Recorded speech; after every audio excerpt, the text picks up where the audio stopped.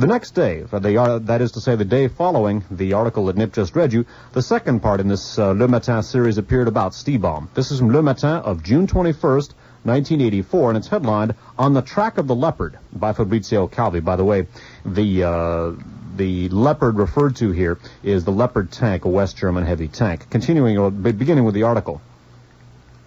Eugene Bartholomeus escaped the curiosity of the Australian police. His companions in the CIA protected him well, and it is they who put him in contact with the Roman engineer Glauco Partel, the man who took it upon himself to find clients for the devices. I'm going to read that last couple sentences again. Eugene Bartholomeus escaped the curiosity of the Australian police. His companions in the CIA protected him well, and it is they who put him in contact with the Roman engineer Glauco Partel, the man who took it upon himself to find clients for the devices. The Italian, as he explained to Carlo Palermo, who indicted him last year, had just quit his work at SAI, where he was occupied fabricating missiles. He didn't yet know what he was going to do. It was then that he received at his Rome office a telex proposing that he sell a lot of 66 Cobra helicopters, which the Americans couldn't sell in Iran because of the change of regime. The engineer told the judge, quote, the helicopters were in an airport in Belgium ready for delivery. The finances had to pass through the Credit Bank of Anvers, but I wasn't able to find buyers, and the helicopters were recently destroyed during NATO maneuvers, unquote.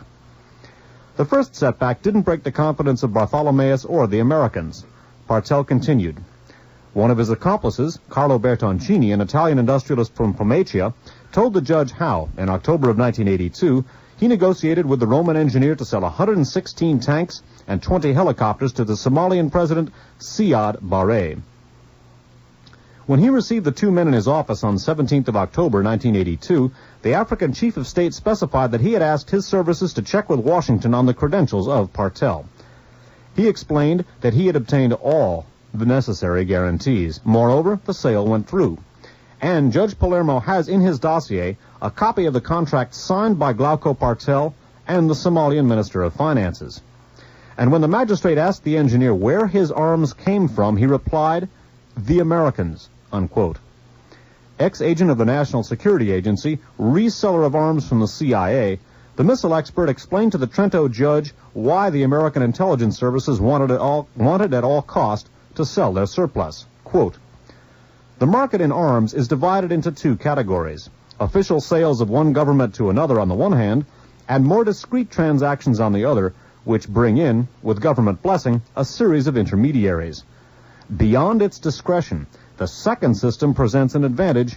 It permits the circulation of bribes. I would interrupt. Recall that bribing and blackmail are one of the major devices that P2 uses to enhance its power. Continuing.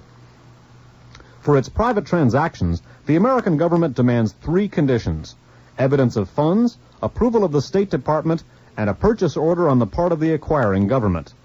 For private sales, one makes use of separate accounts directed by persons such as Eugene Bartholomeus or one named Jenny Bende, B-E-N-D-E. They have the formal function of reseller and avail themselves of intermediaries, always with the approval of secret services, unquote. Reading that last sentence again. They have the formal function of reseller and avail themselves of intermediaries, always with the approval of secret services, unquote. Partel was one of these intermediaries.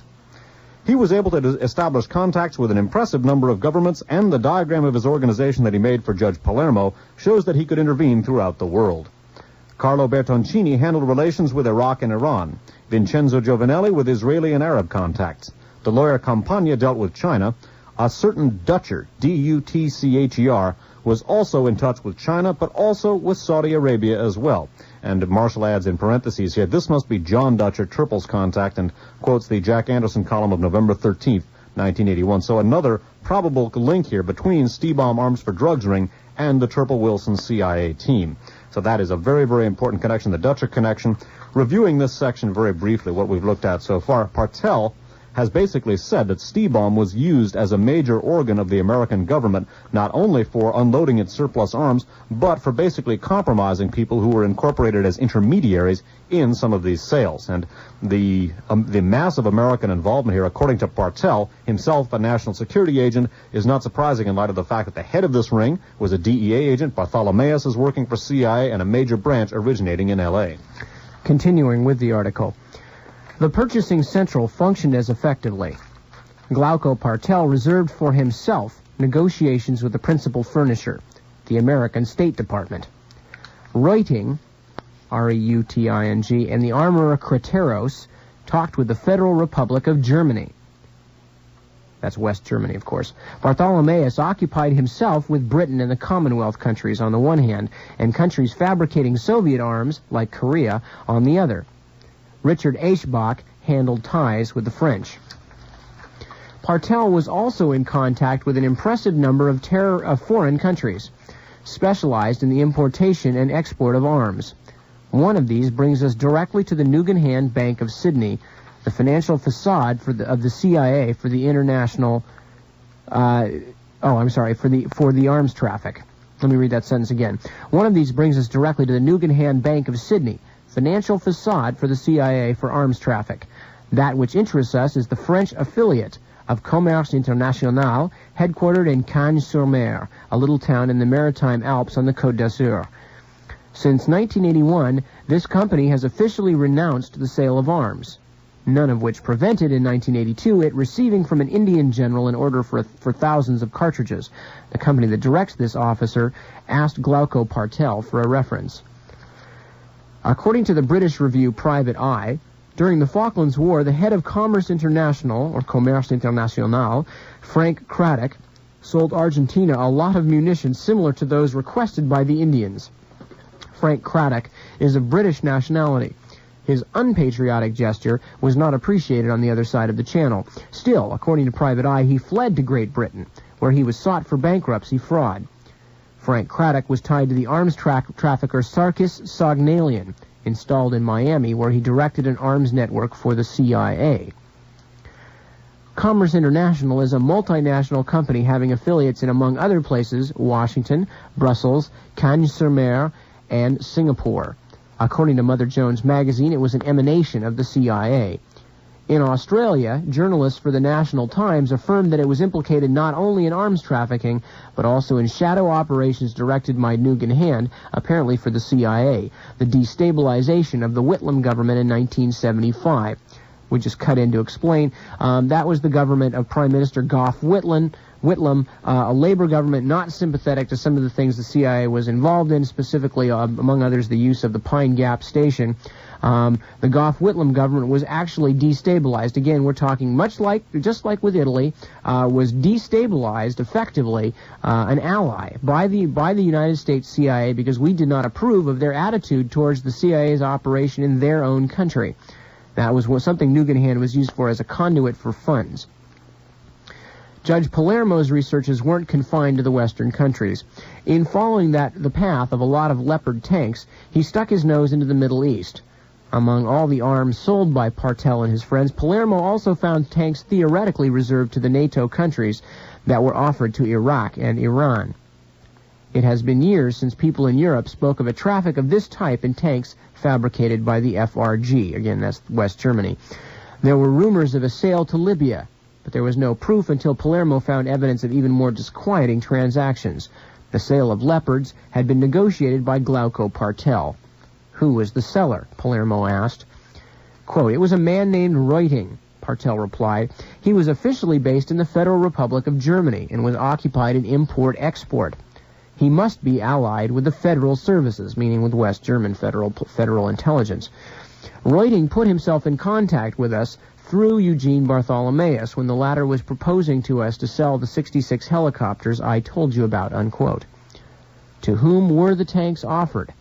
To Renato Gamba, proprietor of a small arms factory in the valley of Trompia, in the north of Italy, not far from Trento. It wasn't so much the personality of Gamba that held the most surprises for Judge Palermo as the men with whom he was in contact and for whose account he realized these transactions. Carlo Palermo had just quit the world of CIA vendors, of the Eugene Bartholomeuses, to enter the no less troubling universe of Middle Eastern buyers allied to the Syrian services, and directed by the astonishing Henry Arsène. So basically, what we have here is an operation which appears to be primarily revolving around two organizations, one of them, the P2 and the related Banco Ambrosiano connections, the other being Western intelligence.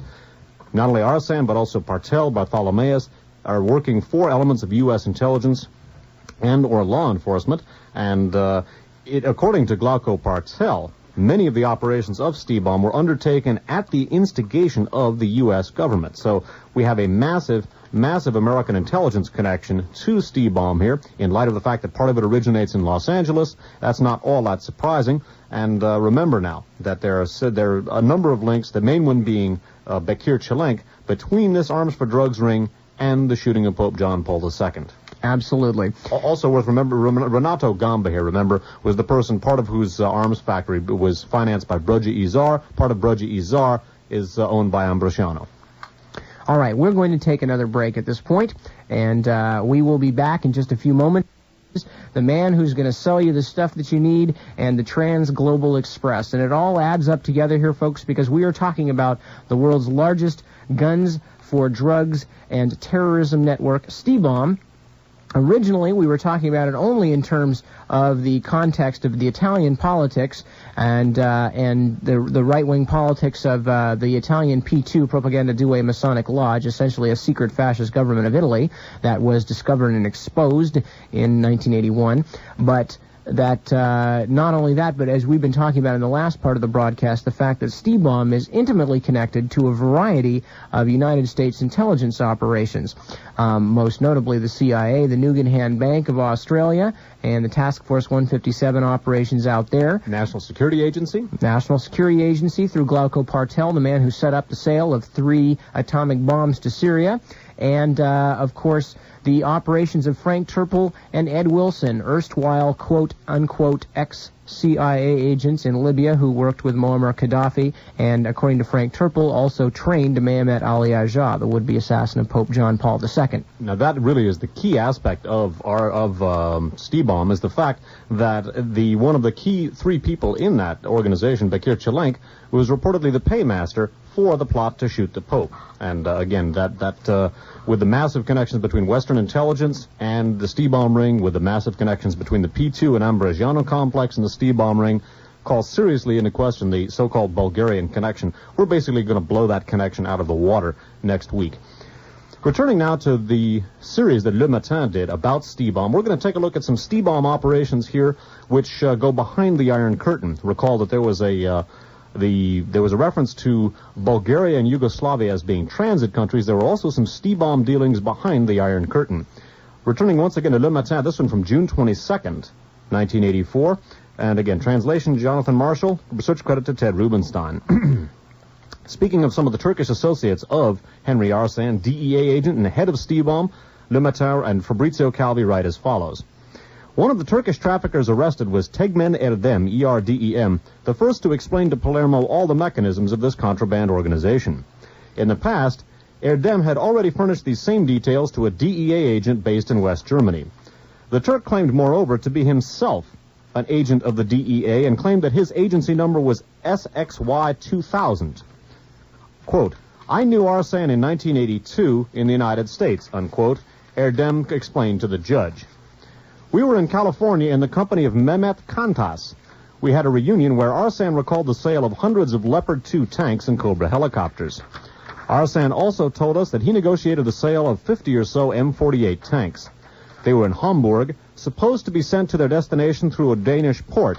When Arsan realized this, he billed the cost of transport based on the value of the Spanish port, When Arsan realized this, he billed the cost of transport based on the value of the boat charged with convoying the arms. He told us then that Renato Gamba furnished the arms. In July of 1982, Tegmen Erdem did his first deal with Arsan and discovered the Syrian ramifications of the arms traffic. Arsan also served as intermediary between the Polish government and that of South Yemen to sell 56 tons of arms, 5,000 Kalashnikovs and 5,000 Tokarevs. But why did the Polish government use Arsan? Why did Arsan supply the Polish government with false documents attesting that the arms were destined for the Emirate of Qatar? Erdem got the response from Arsan's mouth. Quote, they explained that they didn't want the Soviets to know about the operations, so they wouldn't get a percentage. The Poles had a pressing liquidity problem. The deal brought them $1,800,000. Still, according to Tegmen Erdem, the first negotiations of which he was a part took place at the seat of the Polish ambassador in Vienna. Besides Arsan, the Polish delegation was composed of a functionary from the Defense Ministry named Andrzej Urbaniak, Urbaniac. The sellers represented by Arsan. Tegmen Erdem and 2 Syrians associated with Arsan. Those 2 were named Abu Daoud, called George, and Mustafa Zenedin. Remember Abu Daoud, we're going to come back to him in a future broadcast some months down the line. For our purposes here, it should be noted not only that still another associate of Arsan, Tegmen Erdem, claims to be a DEA agent and even cited his number, but it's worth noting here that Arsan has dealings behind the so-called Iron Curtain, specifically in Poland, and the operations of Stipam behind the Iron Curtain would be of obvious interest, and obviously could quite obviously be used as a vehicle by Western intelligence. Okay, continuing, as Dave mentioned earlier, to the connections of these various agents and their connections specifically behind Iron Curtain countries, we're going to read from an article that was originally published in the San Jose Mercury of March 24th, 1983. The headline is, NBC says CIA agents under investigation. Dateline New York, AP Wire story. The Reagan administration is investigating whether the CIA station chief in Rome and 2 of his agents disobeyed orders in connection with the investigation of the shooting of Pope John Paul II, NBC News reported Wednesday. The 3, whom the network by law did not identify, raised the ire of officials in Washington because they refused to stop, quote, discrediting the so-called Bulgarian connection in the inquiry of the papal shooting, NBC said. Mehmet Ali Aja, a Turkish gunman serving a life sentence for the attempted assassination of the Pope on May 13, 1981, has told Italian investigators that several Bulgarians helped him plan the attack. Quoting an unidentified key administration source, NBC said the 3 may be fired because they have allegedly disobeyed orders issued by the National Security Advisor William Clark and CIA Director William Casey. NBC said the Rome agents may have downplayed the Bulgarian connection because they did not want attention drawn to, 1, an alleged close working relationship, unquote, between them and an Italian labor leader who was arrested as a Bulgarian spy. We'll get back to that. 2, the possible use of a guns and drugs smuggling route between Sofia, Bulgaria, and Milan, Italy, to run CIA agents into Eastern Europe. Okay, 2 very intriguing things there. The last 2 things mentioned that supposedly would be the reasons that these CIA agents would be downplaying the Bulgarian connection and that would be upsetting the Reagan administration. The first, the reference to an alleged close working relationship between the CIA and an Italian labor leader who was arrested as a Bulgarian spy. The man they're referring to here is a man by the name of Luigi Scricchiolo, spelled Scricciolo. Luigi Scricchiolo we will be talking about at some length next week. Luigi Scricchiolo is interestingly involved with Michael Ledeen, and through Michael Ledeen, possibly with Alexander Haig, is also involved with one of Mehmet Ali Aja's stories, like the Bulgarian connection, but it was one of the first of Mehmet Ali Aja's stories to fall apart under scrutiny and will perhaps lead us in considering how it fell apart and where, to looking a little more closely into where Mehmet Ali Aja's stories come from in the first place. The second part, and for more useful for our purposes right in this show, because we'll get to Scricchiolo next week, the possible use of a gun and drug smuggling route, obviously the Stipam route, between Sofia, Bulgaria, and Milan, Italy. Well, the idea that it's being used to run CIA agents into Eastern Europe is quite interesting. There is quite possibly some involvement by some level of the Bulgarian government in this operation, if nothing else. Just as in the American government, there are undoubtedly elements of the Bulgarian government that are quite corrupt enough to set up little money-making operations on their own and to utilize their positions to put away private nest eggs. Also, a couple of things to consider also is the fact that Bulgaria fought on the side of the Axis in World War II, and it's not unreasonable to suppose there might be some residual fascist elements in Bulgaria. Beyond that, too, there's always the very, very murky consideration of counterintelligence. In other words, spy versus spy, something we generally try to stay away from when we can. But a number of researchers that we've spoken with share the view that we have, which is that both sides knew what was going on with Stipam and were using this arms for drugs ring to help monitor the other's activities. Now, one of the aspects one of the things to consider in connection with the obvious involvement of U.S. intelligence with Stipam is the possibility of using that organization in order to obtain East Bloc guns for whatever purpose. Just exactly that suggestion was made in an issue of the Reader's Digest, specifically in the issue of November 1983, in an article about Stipam, but blaming the whole thing on the KGB in Bulgaria, in an article about Stipam by a man named Nathan Adams. The title of the article is Drugs for Guns. It's all about Stipam and basically makes the whole thing out to be a commie plot, which, as we've seen, is a massive exaggeration in light of all the P2 in the P2 connections, the fact that it was headed up by a DEA agent and had all kinds of other U.S. intelligence connections. Interestingly enough, in this article, Drugs for Guns, Adams admits that the CIA was involved with the Stipam ring to a certain extent. He writes, incredibly enough, Western nations, perhaps unwittingly, have actually contributed to the conspiracy. For example, until recently, the CIA, via a German broker, was purchasing millions of dollars of Eastern Bloc weapons to equip anti-Sandinista guerrillas in Nicaragua. The weapons were supplied by Kintex. So according to Nathan Adams, Stipam was used to obtain AK-47s for the Contras in Nicaragua. And that may, in fact, be a pattern which is continuing to this day. Indeed. And bear in mind, too, now, again, we don't have to examine every single one of these in a whole lot of detail, but it should be looked at this way. As Dave mentioned, one of the possible reasons for these connections between the CIA and their conduit into the Stipam operation would be, as Dave mentioned, a way to get Eastern European weaponry for whatever purposes they might desire. Now, one of the things that has been going on, for instance, on the Nicaraguan border, is that the Contras have been attempting, in some cases, or it has been alleged that they have attempted to make it look as though the Sandinistas were making raids into Honduran and Costa Rican territory. There have been times when the Sandinista government has admitted, yes, we made this attack on a Contra base. There have been other times when the Sandinistas have said, no, we did not do that.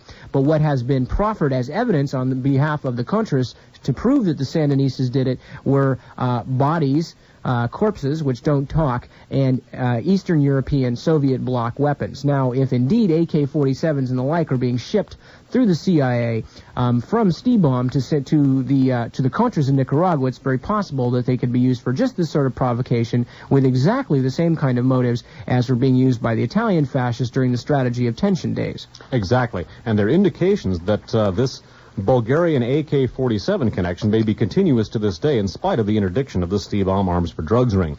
In witness to that, we cite the following, this from the San Jose Mercury of September 1st, 1985. Its Datelight's headline, Nicaraguan rebels get Polish rifles, U.S. says.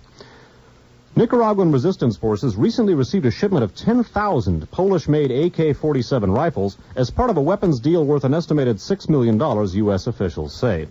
According to one official, the shipment was sent from the Bulgarian port of Burgas, B-U-R-G-A-S, and reached the resistance forces via a Latin American country hostile to the leftist Sandinista government. The country was not identified. So the Polish and Bulgarian AK-47 connection may be continuous to this day. We've seen Stipam transiting through Bulgaria and dealing with Poland in the past. Now we're going to get off into another whole interesting area of speculation, which is nonetheless connected intimately, not only with what we're talking about tonight, but all the way back to what we were talking about in the first couple of broadcasts, namely the Operation Bernhardt. We think the Operation Bernhardt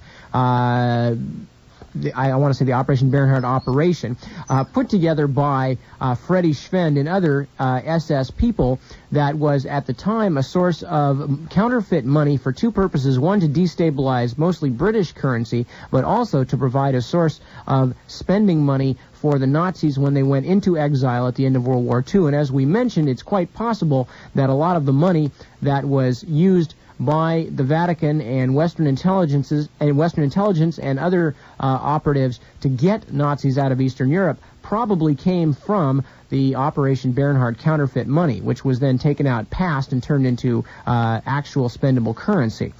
Now, bearing that in mind, as we talked about early on, and that was one of the earliest of the sort of damning one of the early really damning collaborations between the Vatican, the CIA, and the Nazis.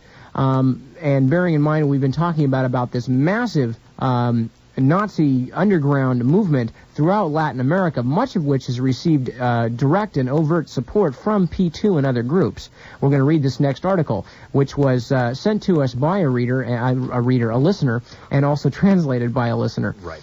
And the article was originally from Il Giornale for November 29th, 1984, and here we are in the last hour, and the talk muscles are beginning to collapse. By the way, Il Giornale is a Milan daily. In the ordinance of indictment for the traffic of arms and drugs emerges the thriller of Fortezza.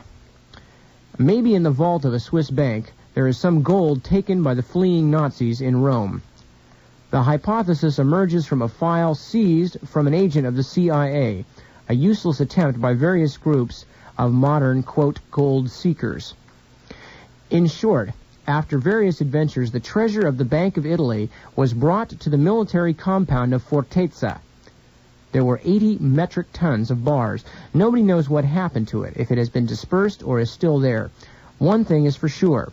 2 railroad boxcars with bars were brought by the Germans to Switzerland and deposited at the UBS. Again, folks, remember the UBS, the Union de Banque Suisse. As we mentioned earlier, Philippe de Vec of the Sniffer Plains affair and also of the Committee of Inquiry into Vatican Bank Finances is the high muckamuck of UBS. If nobody will claim it, the article continues, it will become the property of the bank by the year 2000. This note is contained in a file whose intestation was gold. It opens one of the thousands of chapters contained in the monumental ordinance of indictment deposited last week by Judge Carlo Palermo at the conclusion of his investigation on arms and drugs. This chapter is one regarding the treasure of the Bank of Italy seized by fleeing Nazis in 1944 and various groups of modern gold seekers, which last summer explored the caves underneath the former military compound, convinced that the gold was still there, but found nothing. The fact that some of the gold might still be there is highly improbable, says Judge Palermo, but he also says, quote, judging from our findings, the gold brought to Switzerland might really exist, unquote. The value of that gold, at least 20 metric tons, was 500 million lira in 1944. The actual value today would be in the range of hundreds of billions of lira. But what are the possibilities of the gold being in the vault of a Swiss bank? The judge does not give any clues, but that they, quote, might, and hints at the fact that he has serious doubts. The documents used the documents we talked about before belong to Glauco Partel, a missile expert who is also working for the CIA. And I just will insert that our understanding is that he was working primarily for the NSA, who is now indicted with the ex-colonel of the SID, Massimo Pugliese, for the traffic of arms and drugs. Among Partel's papers, there was an interview given by an ex-colonel of the SS, Herbert Kappler, when the officer was still at the Salio Military Hospital. In the interview, according to Partel's papers, we read, quote, the operation, over $2 billion in gold and $1 billion in foreign currency, 1944 values, was masterminded by the finance minister Funk. He sent Dr. Bernhuber to Rome, where he contacted Ambassador Rahm, R-A-H-M. The ambassador sent him to Kappler, who was the security police commander. Kappler does not know what happened to the treasury of the Bank of Italy, unquote.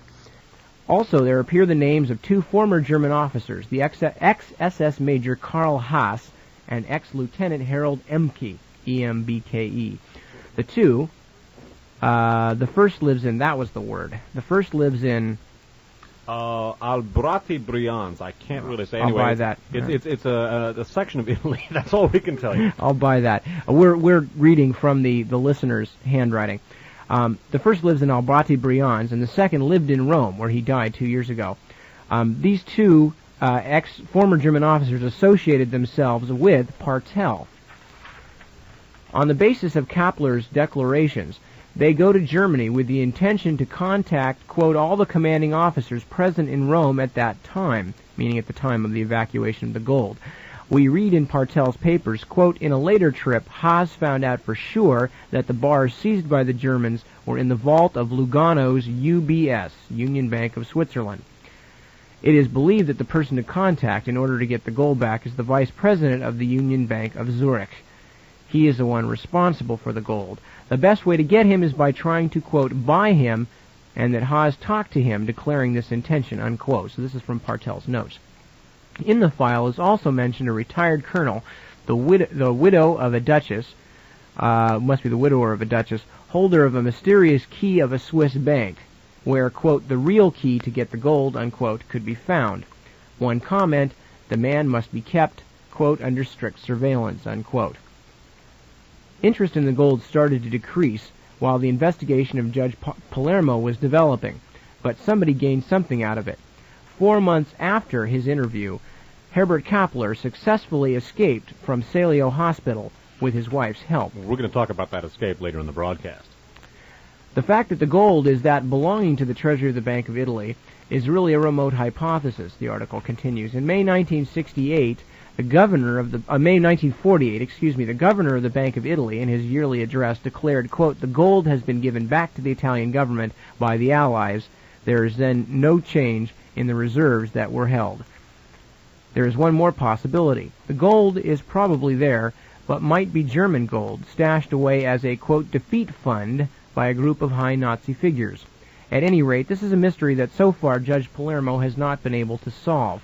Now, what's interesting here is the fact that Glauco Partel, a Roman, modern-day Roman rocket engineer with connections to the NSA and to Stipam, obviously, with all of the money that he was involved with, and the Stipam was involved with, also obviously thought enough of this story from what he had heard about it, and apparently had connections with former German officers, that he felt it was worth pursuing and, in fact, interviewing Herbert Kappler about. Now, Herbert Kappler is a very interesting guy. Not only is he a former SS man who managed to escape with his wife's help, among others, from a military hospital, but apparently might be the one man who would know enough about this particular gold to make it worthwhile to help him to escape from the military hospital. Now, he was a key SS official in Germany, along with, among others, Walter Rauff, at a time when Allen Dulles and James Angleton were recruiting all of the Nazis they could get under the, first Operation Sunrise and then in a post-war operation. One of the interesting things now is to consider that this Nazi gold, which may very well have been derived perhaps from Operation Bernhard or from a victory fund, as they put it, there a resurgence of a fund to finance the resurgence of Nazism, that this money, this gold, was deposited in the Union Bank of Switzerland. Now, recall that in our discussion of the rat line, we looked at the fact that Operation Bernhard was begun under the SS, used to finance a joint Vatican-Nazi-U.S. intelligence operation to get Nazis out of Europe, primarily into South America, but mostly working for the U.S. intelligence. Some of the key names there: Walter Rauff, Klaus Barbie, Friedrich Schwenn, people that have cropped up later in our broadcast. Then Cardinal Montini, later Pope Paul VI, was one of the key figures involved in that. And according to David Yallop, the rat line was set up in no small measure by then SS Oberleutnant Licio Gelli, obviously later Grand Master of the P2 Lodge. Now, the Union Bank of Switzerland is a very interesting place for this gold to be on deposit. As we looked at earlier, one of the banking experts called upon by Pope John Paul II to help, quote, straighten out the Vatican finances was none other than Philippe de Vec, a far right-wing financier, participant in the sniffer plane scandal, and an individual who had all sorts of unsavory dealings with not only some of the people in and around Ambrosiano, but also Philippe de Vec was, again, head of the Union Bank of Switzerland and an ultra right-winger. Now, Licio Gelli also is a person who had connections with the Union Bank of Switzerland, reviewing those briefly from In God's Name by David Yallop. During the same month, August 1982, Gelli was encountering a problem with one of his secret bank accounts in Switzerland. It was not performing to order. Every time that Gelli in South America attempted to transfer money, the UBS in Geneva declined to comply with the instructions. Gelli was told that he would have to appear at the bank in person. Using a fake Argentinian passport, Gelli flew to Madrid and then to Geneva on September 13, 1982. At the bank, he presented his false documentation and was told there would be a short delay. Minutes later, he was arrested.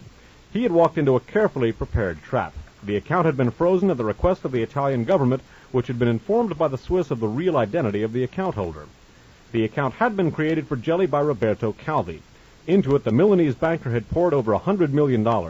At the time of his arrest, Gelli was attempting to have the $55 million remaining in the account transferred to Uruguay. So, Union Bank of Switzerland and Philippe de Vec Interesting place for the gold to be, interesting person to help straighten out the Vatican financing, and remember that Operation Bernhard helps finance the rat line, helped set up by Licio Gelli, with massive involvement by the Vatican and U.S. intelligence. Glauco Partel then interviews Herbert Kappler, one of the top Nazi security officials in Italy at that time, and interestingly enough, Herbert Kappler was able to effect an escape shortly thereafter. And we're going to read about that from a section of the book Secrets of the SS by Glenn B. Infield. Copyright 1981, Stein and Day. When the prominent Chilean exile Orlando Letelier was brutally assassinated in Washington, D.C. in September 1976, few investigators of the crime gave a thought to Hitler's SS at the time.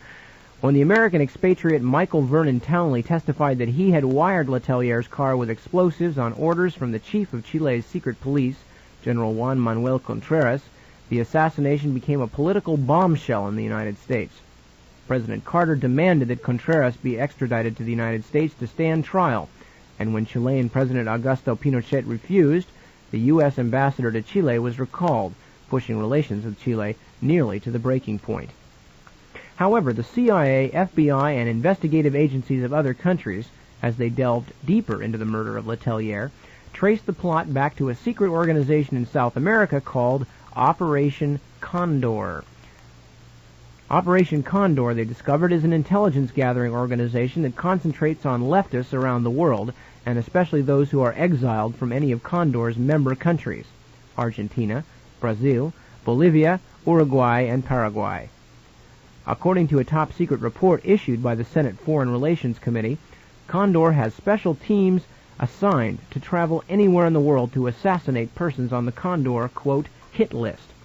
It was then learned, through further investigation, that the headquarters of Condor was in Chile, and the organization worked very closely with the DINA, the Chilean secret police headed by Contreras. The trial then led to an enclave deep in the foothills of the Chilean Andes, south of Santiago, an enclave known only as the Colony to outsiders, but officially named Colonia Dignidad, Noble Colony, by the Chilean government. Regardless of what name it is called, the secret colony is actually a Nazi stronghold that is protected by the Chilean government and which works very closely with the DINA. Informed sources within the Chilean government state that one of the responsibilities of the ex-Gestapo and ex-SS officers at Colonia Dignidad is to demonstrate Nazi torture methods for the Chilean secret police and to instruct the DINA in such brutality. These sources verified that there is a detention camp for Chilean political prisoners within the colony.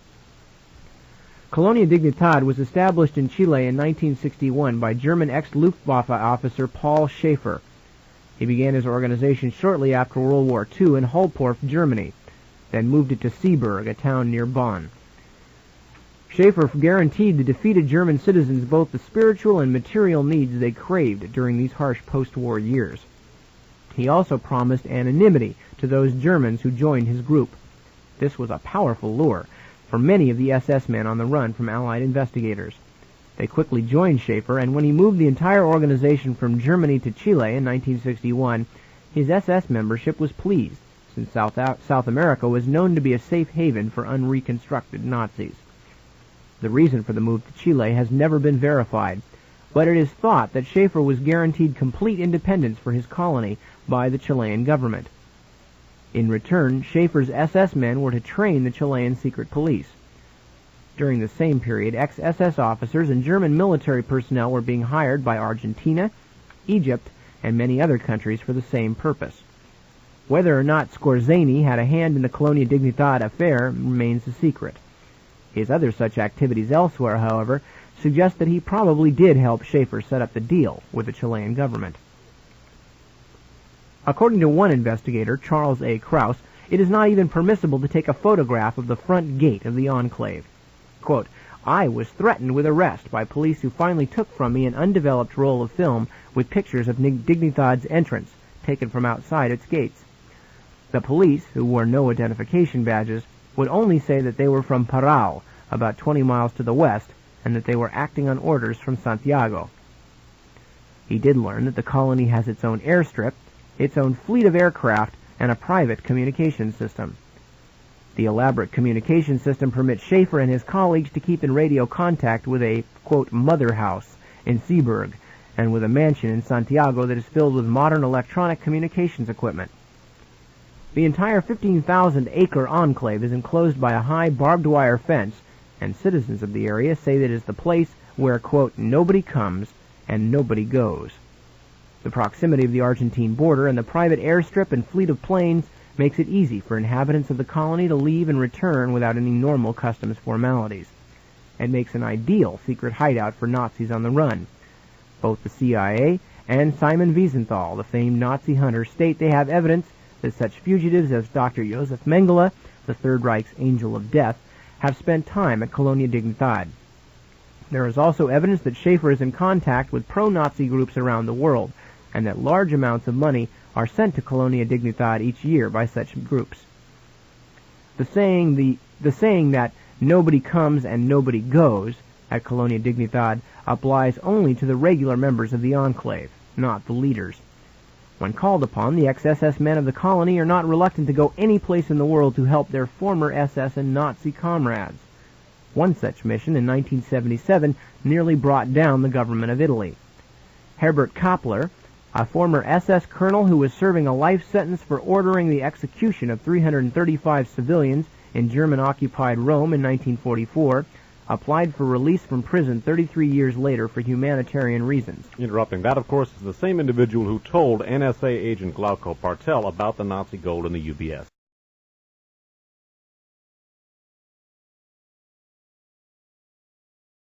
The next day, that is to say the day following the article that Nip just read you, the second part in this Le Matin series appeared about Stipam. This is from Le Matin of June 21st, 1984, and it's headlined, On the Track of the Leopard, by Fabrizio Calvi. By the way, the Leopard referred to here is the Leopard tank, a West German heavy tank. Beginning with the article.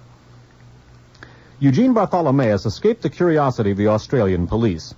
His companions in the CIA protected him well, and it is they who put him in contact with the Roman engineer Glauco Partel, the man who took it upon himself to find clients for the devices. I'm going to read that last couple sentences again. Eugene Bartholomeus escaped the curiosity of the Australian police. His companions in the CIA protected him well, and it is they who put him in contact with the Roman engineer Glauco Partel, the man who took it upon himself to find clients for the devices. The Italian, as he explained to Carlo Palermo, who indicted him last year, had just quit his work at SAI, where he was occupied fabricating missiles. He didn't yet know what he was going to do.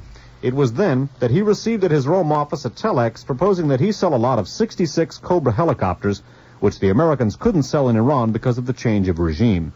The engineer told the judge, quote, the helicopters were in an airport in Belgium ready for delivery. Things on the other, which bring in, with government blessing, a series of intermediaries. Beyond its discretion, the second system presents an advantage. It permits the circulation of bribes. I would interrupt. Recall that bribing and blackmail are one of the major devices that P2 uses to enhance its power. Continuing. For its private transactions, the American government demands 3 conditions: evidence of funds, approval of the State Department, and a purchase order on the part of the acquiring government. For private sales, one makes use of separate accounts directed by persons such as Eugene Bartholomeus or one named Jenny Bende, B-E-N-D-E. They have the formal function of reseller and avail themselves of intermediaries, always with the approval of secret services, unquote. Reading that last sentence again. They have the formal function of reseller and avail themselves of intermediaries, always with the approval of secret services, unquote. Partel was one of these intermediaries. He was able to establish contacts with an impressive number of governments, and the diagram of his organization that he made for Judge Palermo shows that he could intervene throughout the world. Carlo Bertoncini handled relations with Iraq and Iran, Vincenzo Giovanelli with Israeli and Arab contacts. The lawyer Campagna dealt with China.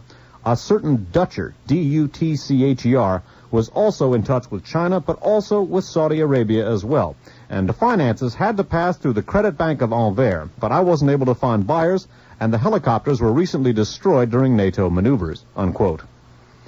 The first setback didn't break the confidence of Bartholomeus or the Americans. Partel continued. One of his accomplices, Carlo Bertoncini, an Italian industrialist from Pomaccia, told the judge how, in October of 1982, he negotiated with the Roman engineer to sell 116 tanks and 20 helicopters to the Somalian president, Siad Barre. When he received the two men in his office on 17th of October, 1982, the African chief of state specified that he had asked his services to check with Washington on the credentials of Partel. He explained that he had obtained all the necessary guarantees. Moreover, the sale went through.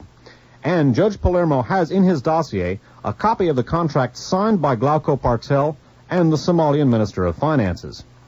And when the magistrate asked the engineer where his arms came from, he replied, "The Americans," unquote.